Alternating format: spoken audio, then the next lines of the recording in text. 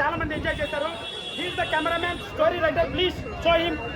And best visual wonder ఇచ్చారు movie blockbuster. మాట్లాడకూడదు బూతులు, కొత్త పగిలిపోయింది సినిమా.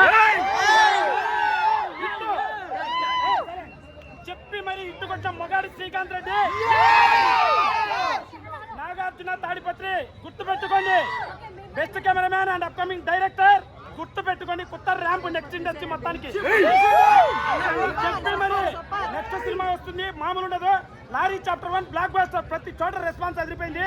ప్రజలను అడగండి, నా ఒపీనియన్ అవుతావు. Thank you so much. ఎలా ఉంది?